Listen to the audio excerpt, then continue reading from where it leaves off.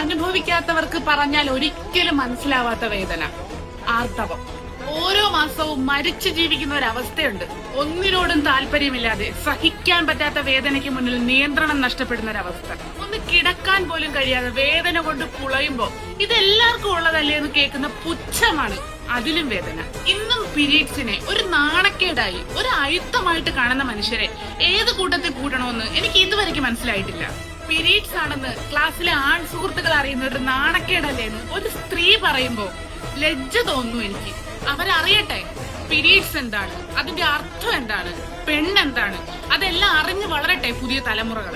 പീരീഡ്സിനെ ഇന്നും അയിത്തവും തൊട്ടുകൂടായ്മയുമായി കാണുന്ന നിങ്ങളുടെ നശിച്ച ചിന്തഗതികളെ പുതിയ തലമുറയുടെ മേലെങ്കിലും അടിച്ചേൽപ്പിക്കാതിരിക്കൂ. നാടിന്റെ പുരോഗമന ചിന്തകളെ കുറിച്ച് ഞാനിത് ആരോടാ പറയുന്നേ? മാസമുറ വന്നൊരു പെൺകുട്ടി തൊട്ടാൽ കരിഞ്ഞു പോകുന്നതാണ് തുളസിക്കതിരെന്ന് വിശ്വസിക്കുന്നവരോടോ? പീരീഡ്സിനെ ഇന്നും നാണക്കേടായിട്ട് കാണുന്നു എന്ന് പറഞ്ഞത് ഒരു സ്ത്രീയാണല്ലോ എന്നതിലോർത്ത് ഞാൻ പുച്ഛിക്കുന്നു. പുതിയ തലമുറയിൽ നിന്നും ഒളിച്ചു വെക്കേണ്ടത് പീരീഡ്സിനെ അല്ല, വെളിവും വെള്ളിയാഴ്ചയില്ലാത്ത നിങ്ങളെപ്പോലെ ചിന്തിക്കുന്ന ആൾക്കാരെയാണ്.